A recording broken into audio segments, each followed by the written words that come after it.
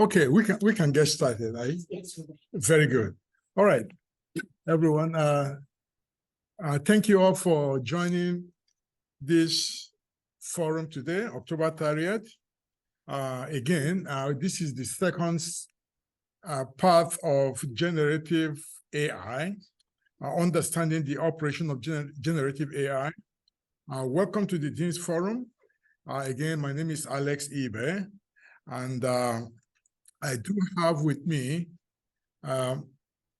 Tasha Brown as the moderator of the Zoom room. She will be checking questions and answers. To start with, before we get into our conversation today, we're going to be talking about, we have two things today. We're going to share with you a short video. And then after the video, we will go into the polls that we conducted a couple of weeks ago.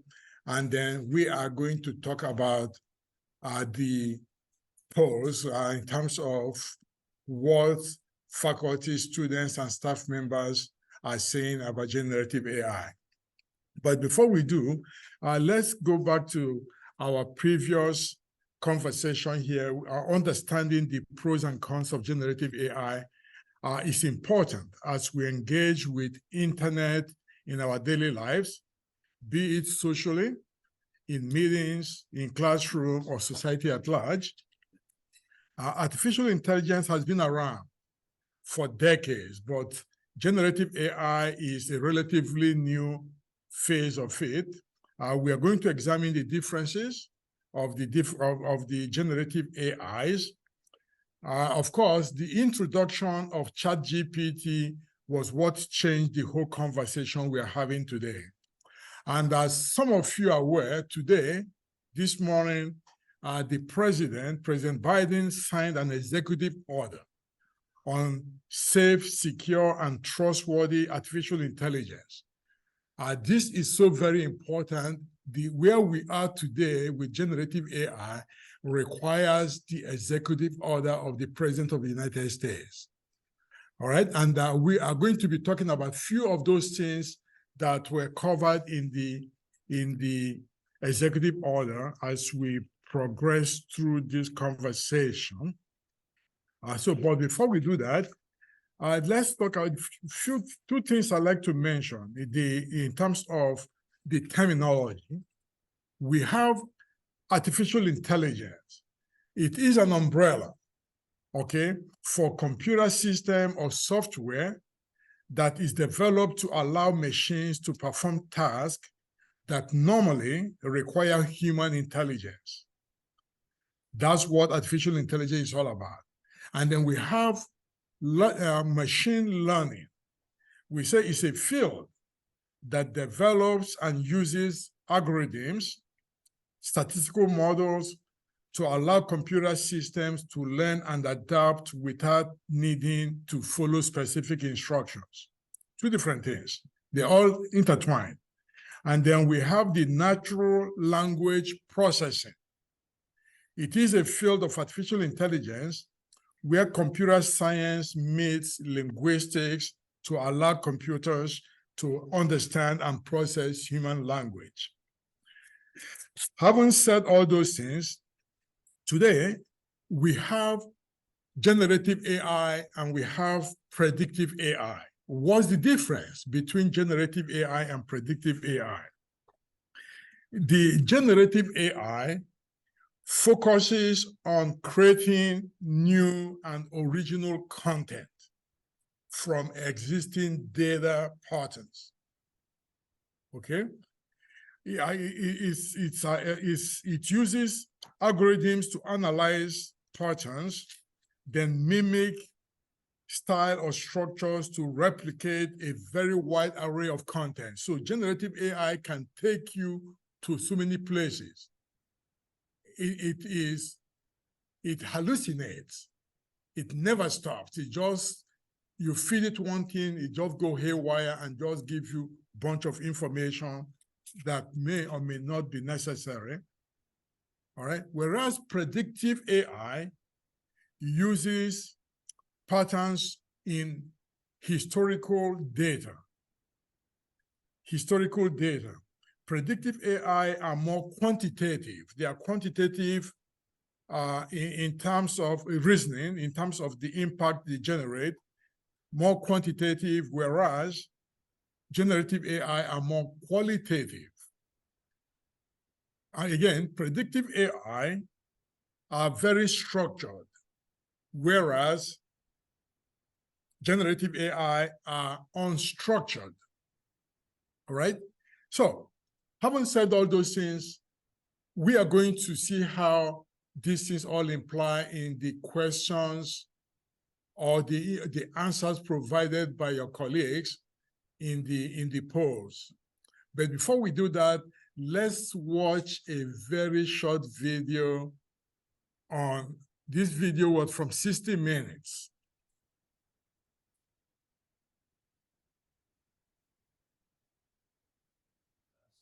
If we're going to use AI to make government processes more efficient, we're giving a lot of responsibility to something that's virtually outside of our control. So the executive order is supposed to be putting this through a review process. The problem is, once they get the review process established, it will be obsolete. Right. Right. And then we'll need another one. And by the time that one gets done, it will be obsolete. Things are moving too fast. So the executive order, I think, was a great symbolic gesture. We're going to have a real hard time staying on top of this thing. Yeah, as I'm looking through this executive order, it's already out. It's already out of date. And and they've been working on this for months too. That's it. I know. That preparation. And y'all just like are inspiring me with rogue nations full of dirty bombs, and now AI possibilities are just like super fun to contemplate. Well, everybody is jobless because, you know, all of our automation is doing this thing. 10% of the jobs that we currently have are going to be done away with by AI.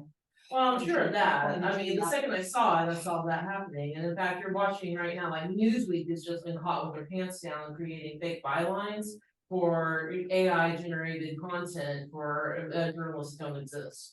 So it's you know. Yeah, there's a lot of good that comes with AI, also a lot of bad that comes with AI.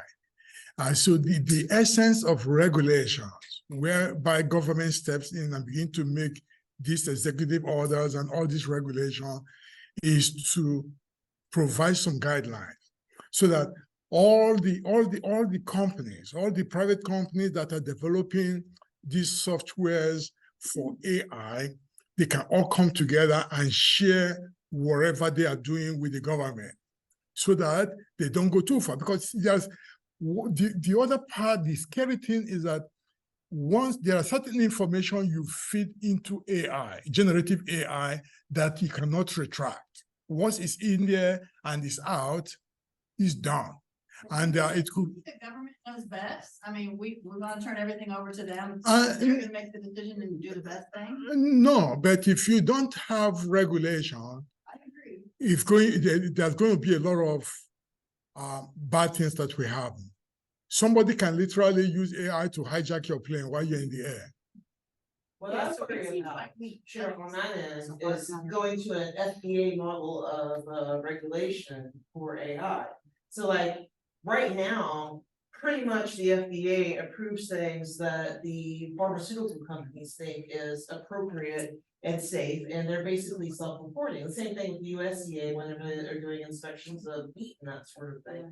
They're relying on their own companies to make that, and we know, I mean, we've got very vivid examples from opioids to were approved from the FDA, but really using their own information from the company who stood to make billions and billions of dollars off of it, and that was approved. And we're looking at like chicken factories where they're sending out bad chickens, but because we're letting them do their own inspections, that's being approved too. So I don't know what the answer is on it, but the companies policing themselves without any sort of regulation is And it turns problematic. It turns into an ethical matter. And it absolutely an ethical matter. So this is one of the things that confused me though about his comment about how it's going to start generating new medicines. And I was like, well, the medical generating process is actually a very short part of the entire process of getting the drug approved. I mean, if they're really fine tuning that part, can they fine tune the rest of it? Are they gonna automate all of the other processes they have to go through? Like the FDA, for example, are they gonna be like, oh, AI knows best, let's put AI on the process of putting it, at what But- point can we really reach like the critical And you have mass? to figure out what is actually, because again, if you take like old FDA processes, like, all right, we're only gonna test this medicine on men above the age of 50, but we're gonna prescribe it to everybody and just lessen the dosage on it, which, I mean, we've studied it all. Y'all studied any of this, y'all know that. Yeah. Happens, right, Dr. Ebe? Yes, And, but the thing here is it's- predictive AI is used more, is more structured, and they use historical data. So they are not as corrupt or producing wrong information as the generative AI itself. For example, to generate drugs, all you have to do is, the historical data is already there. We say, this is how we generated medication for myocardial infarction, heart attack, this specific one. Can you tell us how we can use the same pattern to generate a medication for Alzheimer's or something similar? Then you say, sure. Then it will go there from that data, pick up information and be able to assemble them together and give you your data. Say, this is how you can generate it. One of the things that came out, was it this week or last week, in the journal of in JAMA, the medical journal, it shows that cardiologists, you know, when they look at the EKGs and all the deflections and everything in EKG, they can predict, they can see if you have atrial fibrillation, if you have myocardial infarction, if you have any of those kind of things. However, there are a lot of deflections that we still don't know what they are. But with predictive AI, they now can tell, just by looking at your EKG might be normal. They can tell that you will develop atrial fibrillation within the next 5 years of your life based on your EKG. And within the next 10 years of your life, you are going to develop myocardial infarction or stroke based on your EKG. It's a life-changing process for healthcare field. So a lot of the physicians, cardiologists are excited about it. They all embraced it because it is very, very slow process to be able to decipher every one of those deflections you see in EKG. We don't know what they all are. But now, this year can tell us, it's telling us what they are.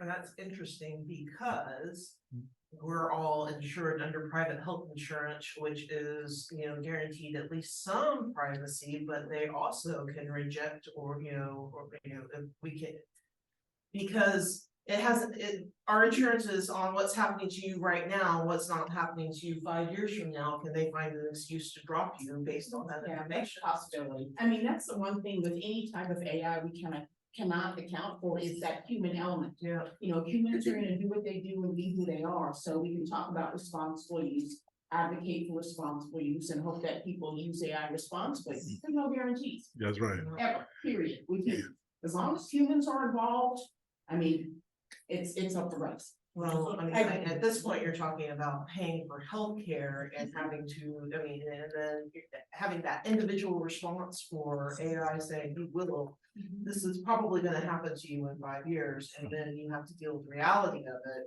And I can Of see your public panic as well. insurance. Oh, yeah. You know what I that's mean? a People are issue. gonna be, so I do have one comment from the chat room, from Jennifer. She mentions that Chat GPT gave me memory strategies for my equestrian sport. a fairly narrow niche within the horse world. It gave me methods I have already used, but a few I hadn't considered. So she has found that useful. And then she also mentions that part of the conversation about AI isn't about AI moving as fast as the AI advancement. So two different areas that we things. need to look at. AI in and of itself compared to the advancement. The advancement of it.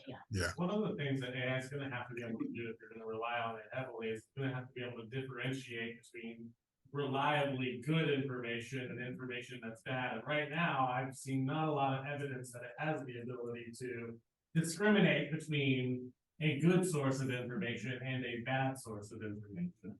And at some point, it's gonna require a human element. So if the human can control the data set, then you can trust the human's ability to reliably determine if information is good or bad. Without that, I don't know that it can get that far. Very much so. Very true. That is absolutely true. Yeah. All right. Let's look at some of the poll survey that we gave you guys. Should generative AI be used in classrooms or work? 49% of respondents said no. It said yes. 22% said no, and 28% not sure about it. All right. And then we ask of these respondents, we ask regarding using generative AI in the classroom or work, which of the following describes you? 31% faculty members responded to that. Staff, 6%. Look at students, 56% students. Okay. And other, I don't know who the others are, 8%. Okay, 8%. I'm curious, can you look at the responses based on which group they came out of, just out of curiosity? I didn't decipher to that part. But then let's go to the main question here.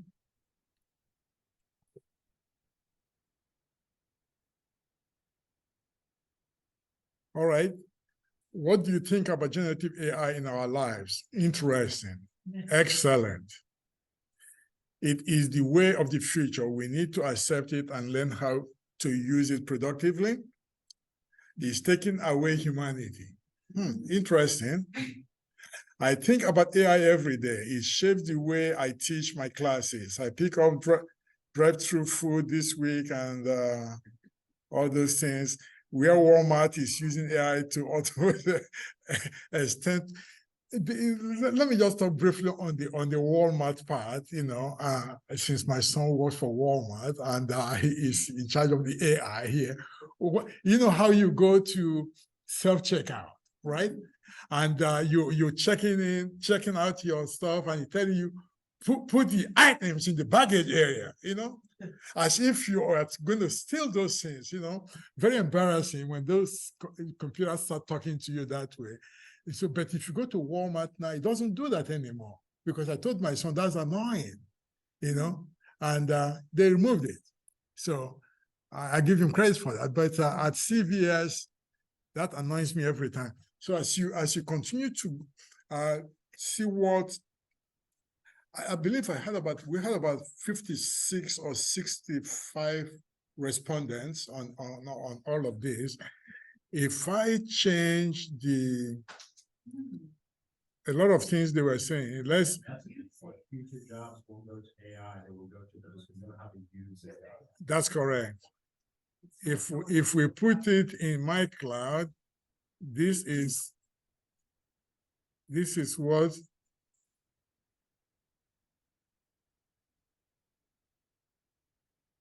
So those were words used in the. what's used in respondents. I can say I see pretty the much blend. Yeah. certainty, given that AI in relation to math is probably, because it's a more concrete element that's existed longer. People who know how to use the technology also need to have some underlying fundamental understanding. Simply they have to calculate the monthly, and they get negative $399, and they don't stop to ask themselves if this makes sense. They're going to trust the AI and, yeah, the bank is gonna pay you $400 to take this house off their hands, Yeah. which doesn't happen. And that's something also that we've been considering in the behavioral sciences about that critical thinking component. You know, if I can input and here comes my output, then where's my need to necessarily think and develop my critical thinking skills? Yeah, let me very quickly, this morning, Dwayne Durrett, the dean of the fine arts, shared an article with me. He says, we cannot fight AI. How art students, art schools, are navigating the challenge of artificial intelligence. You know, usually when you apply to those prestigious arts institutions, you have to submit your portfolio. So the fear now is that our students using artificial intelligence to create their portfolio and submit it. So they interview different deans or provosts from various art institutes to ask their opinion. So a lot of them, they gave different comments and how should professors appraise works created entirely by AI. Someone reminded them that this is not the first time we are going to become very nervous or suspicious of new technology. When computers first started, a lot of the arts institutes were skeptical. They would not allow their students to use computer to design. Then here comes all these beautiful things with the Adobe Creative Suite. You have the Photoshop. They all came into the equation. Now everybody is using it. But the thing here is, as some of them argue, is not just using those tools. Is do you have the artistic mind to be able to produce it and make it worthy of an art? All right? Everybody can use them, but only those with the artistic mind or creation or knowledge or they can be able to use them appropriately. So they go on and on and on saying they don't have to fight it, that they will just have to embrace it. But the only way to make it better will be for the art institutes, their students, as well as the employers to come together and embrace what artificial intelligence is all about. Okay? So he said, we posed the question, how did you use AI in your portfolio? That's the question they should be asking their students and not ask students to turn in themselves in for cheating. So you ask them the question the other way, okay, and let them brag about the techniques that they have figured out on using artificial intelligence. He said, we are excited. They are all excited about artificial intelligence. We want to be co-conspirators with our students and not viewing our students as cheaters. And that's the way they're all going to learn from it. So the same thing goes in our classrooms. Do we want to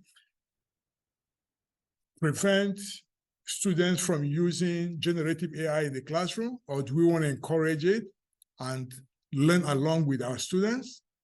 Those are the questions we ask. One of the things that came out of I was talking to some few students all last week about academic integrity violation, and they learned something new. I believe I shared this with Jared Stewart, in the history. It's about a course. Say, for example, you can say it's a history or government class, and you are going to be testing the student using a specific book, and you are testing them on 2 or 3 chapters, say chapter 1, chapter 2, chapter 3. The students can go in to ChatGPT and say, okay, on history 1, using this book, can you generate questions and answers for me that are possible in all of the chapters 1 through 3? And it will generate the questions and the answers. You can say, I want them in multiple choice, or true or false, or short answer, and it will generate them for you, and then you use them to study.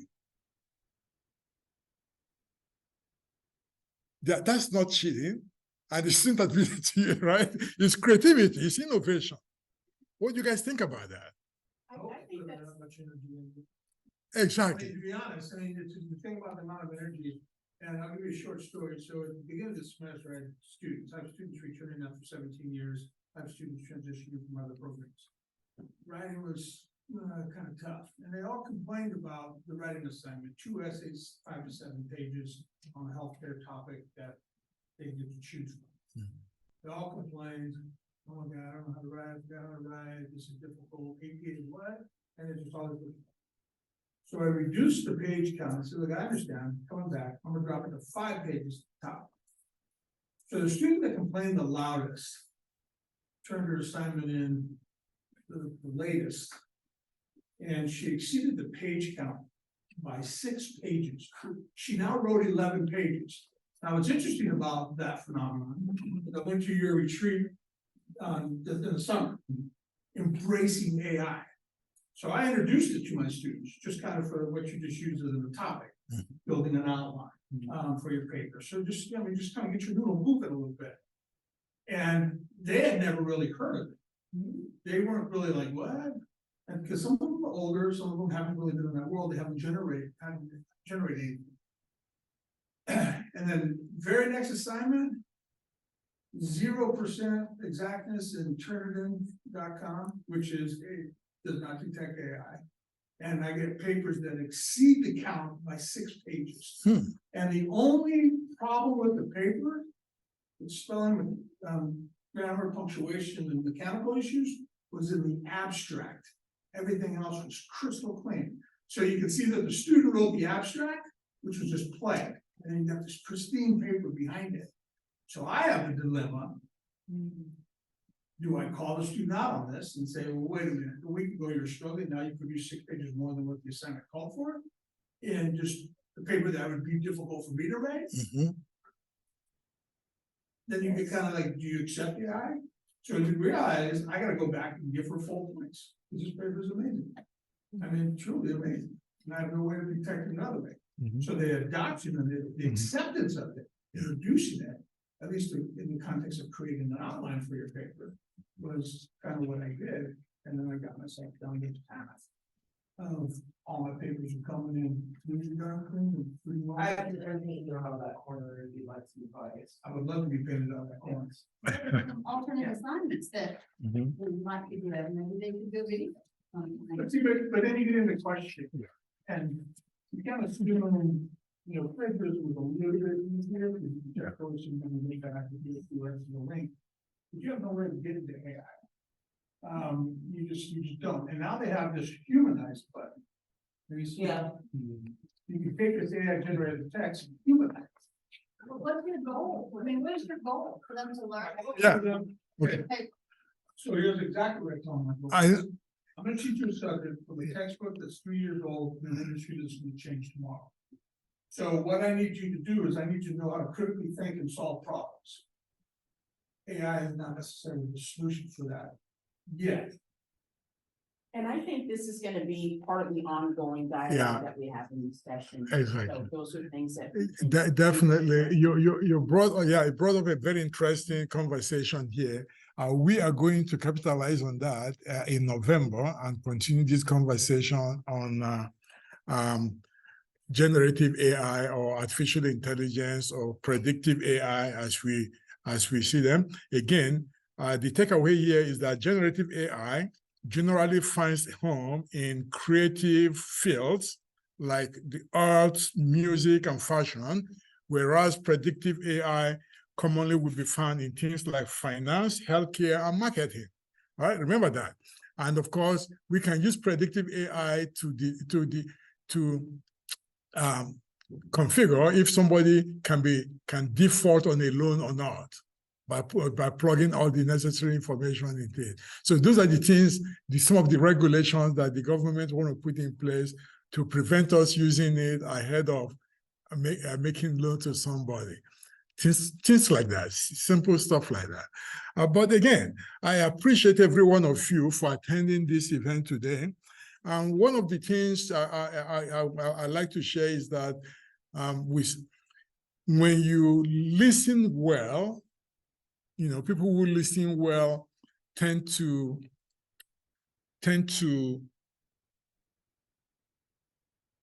do very well in everything in life.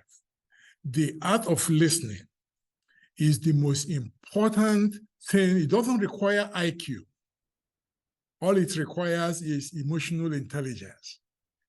With that skill set of learning how to listen, then you will learn how to love, you will learn how to be nice as a staff member, faculty member, or a student. In other words, you'll be a better person overall. And this is October. Tomorrow is Halloween. The end of course, the Cancer Awareness Month. So for those of you who have friends or relatives or somebody who have been afflicted with cancer one way or the other, try to make a donation to the Cancer Research Institute or something that pertains to cancer so that we can continue to have a better cure for our people who are inflicted by those ailments.